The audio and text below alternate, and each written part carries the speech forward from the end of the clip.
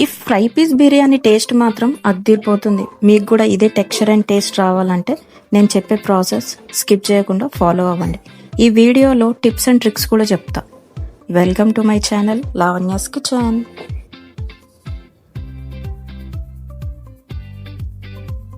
నేను ఇక్కడ chicken quantity kilo తీసుకున్నాను. ఫస్ట్ మసాలా రెడీ చేసుకున్నాం. ధనియాలు, జీలకర్ర లో ఫ్లేమ్లో వేయించుకోవాలి. నెక్స్ట్ ఇక్కడ చూపిస్తున్న మసాలాలు కూడా వేసుకొని లో ఫ్లేమ్లో వేయించుకోవాలి. ఇవి జస్ట్ హాఫ్ మినిట్ వేయించుకుంటే చాలు. ఇదే మసాలా మనకి రైస్లోకి అండ్ చికెన్లోకి యూజ్ అవుతుంది.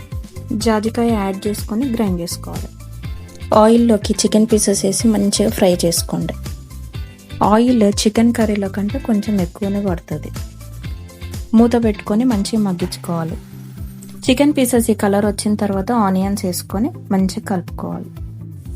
ఆనియన్స్ మగ్గే వరకు మధ్య మధ్యలో కలుపుకుంటూ ఉండాలి. ఆనియన్స్ ఎక్కువ వేసుకోవడం వల్ల గ్రేవీ కూడా థిక్గా ఫామ్ అవుతుంది.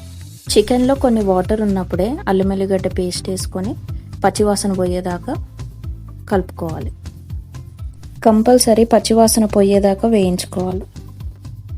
ఇప్పుడు పసుపు, కారం, ఉప్పు, మనం గ్రైండ్ చేసి పెట్టుకున్న మసాలా అండ్ చికెన్ మసాలా.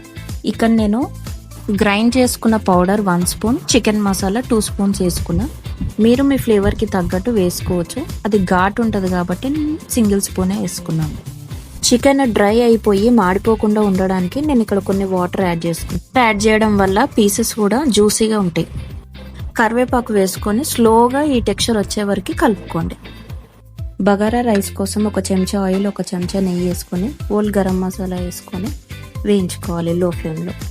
సాజీరా మాత్రం లాస్ట్లో వేసుకోవాలి. సాజీరా వేసుకొని అది మాడక ముందు ఆనియన్స్, పచ్చిమిర్చి వేసుకోవాలి. లో ఫ్లేమ్లో కలుపుకుంటూ ఉండాలి. బిర్యానీ ఆకు, కొత్తిమీర, పుదీనా వేసుకొని మంచిగా కలుపుకోవాలి. అల్లం వెల్లిగడ్డ పేస్ట్ వేసుకొని పచ్చివాసన అంతా పోయేదాకా మంచిగా కలుపుకోవాలి.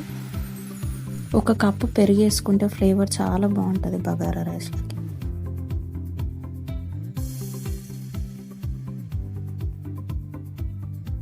గ్రైండ్ చేసి పెట్టుకున్న పౌడర్ 1 స్పూన్ వేసి మంచిగా కలుపుకోండి.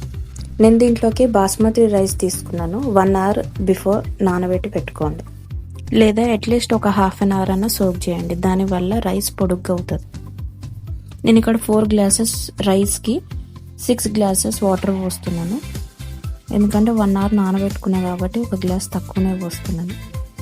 వాటర్లో కొంచెం ఉప్పు వేసి మంచిగా మరిగిన తర్వాత బియ్యం వేసేయండి. రాక్ సాల్ట్ వేస్తేనే ఫ్లేవర్ బాగుంటుంది, సో రాక్ సాల్టే ప్రిఫర్ చేయండి. రైస్ ఉడికేటప్పుడు మూత పెట్టే ఉడికించుకోండి. రైస్ని 2 సార్లు కలుపుకోవాలి. ఒకటి ఉడికేటప్పుడు, లాస్ట్లో దమ్ముకేసిన తర్వాత. ఎక్కువసారి కలిపితే అదంతా విరిగిపోయి అన్నం మెత్తగా అవుతుంది. మూత పెట్టి ఆవిరిపోకుండా ఏదైనా బరువు పెడితే సరిపోతుంది. అంతే. ఇట్లా దమ్ముకు అయిన తర్వాత ఒక్కసారి మూత తీసి స్లోగా మెల్లిగా తిరగేయాలి. Thank you for watching.